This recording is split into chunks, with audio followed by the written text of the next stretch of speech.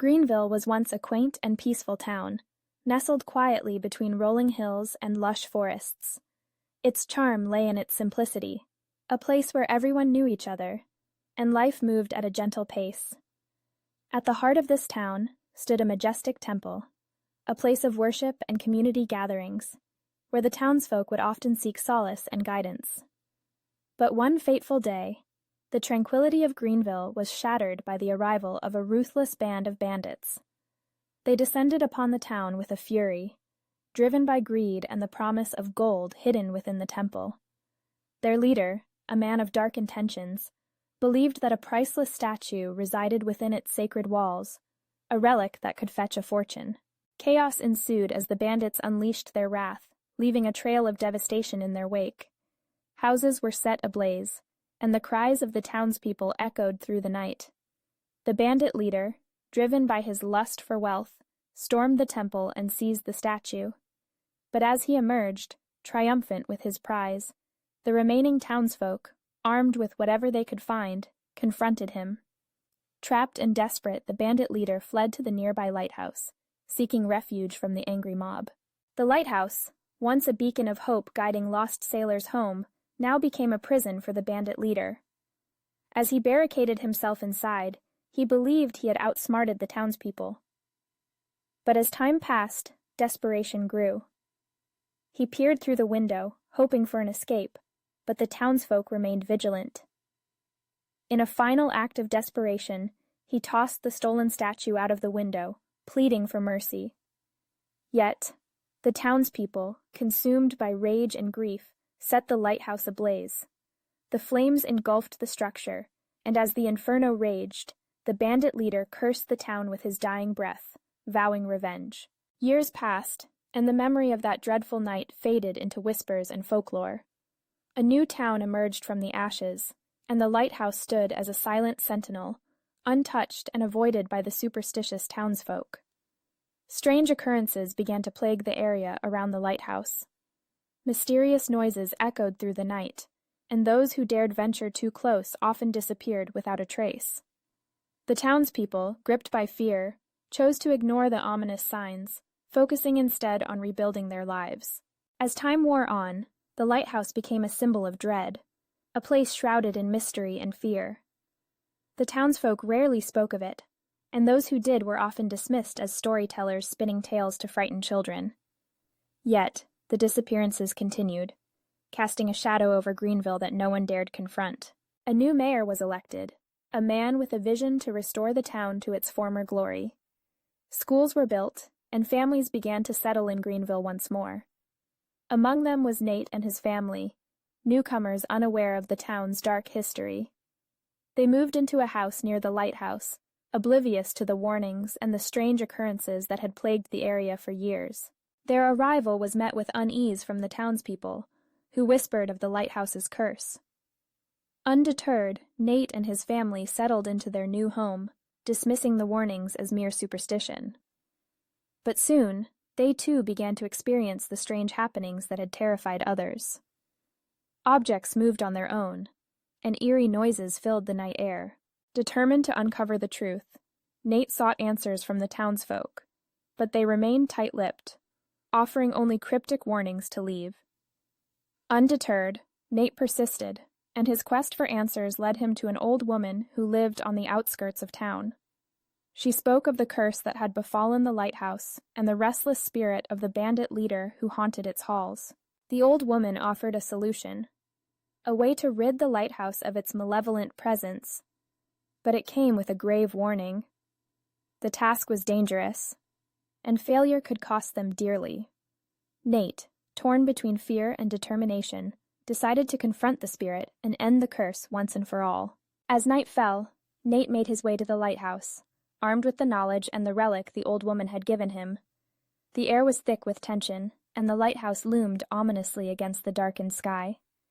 Inside, the spirit of the bandit leader awaited, his presence a palpable force that sent shivers down Nate's spine. The confrontation was fierce, a battle of wills between the living and the dead. Nate, driven by the need to protect his family and the town, faced the spirit with unwavering resolve. The relic glowed with an ethereal light, and as Nate invoked its power, the spirit let out a final, anguished wail before dissipating into the ether. The curse was lifted, and the lighthouse was finally at peace. The townspeople, once gripped by fear, rejoiced at the news, and Greenville began to heal. Nate and his family were hailed as heroes, their bravery a testament to the strength of the human spirit in the face of darkness. As the years passed, the lighthouse became a symbol of hope and resilience, a reminder of the town's triumph over adversity. The story of Nate and the bandit leader became legend, a tale passed down through generations, ensuring that Greenville's dark past would never be forgotten. But little that Nate knew, the kids one day, while playing in their backyard, was approached by women and her servants in black clothing. The kids, after seeing her, got scared, but since the women did not do anything, they ignored her and started playing again. But soon after, the woman took off her hood and told her servants to go back to the camp. She will return soon with her children. So her servants said, "Yes, my laddie," but the woman told them, "How many times have I told you never to call me that? Use my name. That is Anna." So the servants said, "Yes, sorry, it will not happen again," and went back to the camp in the forest. Nearby, after some time had passed, the kids got tired, and before they could call Nate, the woman told them, "Hey kids, I know you guys very tired, and not even know me, but what if I tell you that if you guys come with me to the forest nearby, I will give you guys candies?" The youngest of the kids said sure, but the others told him to go call Nate now and stay inside the house. But the women came close to them, hugged them and said, "Do not be afraid of me, my children, as I am your mother." All of the kids were shocked to find out this, and the oldest one of them said, "That can't be true. Nate told us our mother was died when we were still kids, and he was forced to raise us all alone. And even if you are who you say you are, prove it. What is our names?" So the women, Anna, said I was afraid this would happen. "But sure, I will tell you guys. Your sister name is Jenny, and your older brother name is Jack, and your younger brother, who I adopted, name is Foxco, are in danger, and if you guys do not do what I say, you guys will be killed, and I do not want my own kids to die."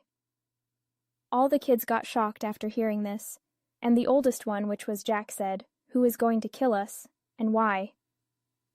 The women, Anna, told him, said who else then? Nate himself. He is preparing to that for years now, and now is the perfect chance he has. The oldest one angrily told the women, Anna, "That's not possible." So the women said, "Okay, then follow me, and I shall prove to all you of my children." All of the kids said, "Sure we will, follow you." "But where?" The women, Anna, told them to the back side of your house. From there, I will go hide in the basement, and you guys go and see for yourself from the window what your dear father figure Nate is doing. For yourself. After arriving to their house with the women, Anna, who claimed to be their mother, they went to the backside, and Anna quickly went inside the basement. But what she found inside the basement shocked her. Meanwhile, the kids, without making a sound, arrived at the backside of the house and saw Nate in the kitchen, taking to what looked like a lady, who said, "Is it done? Nate, have you done what I told you to all those years ago?" Nate told her, "Yes, my queen, it's all done as you said, and planned soon.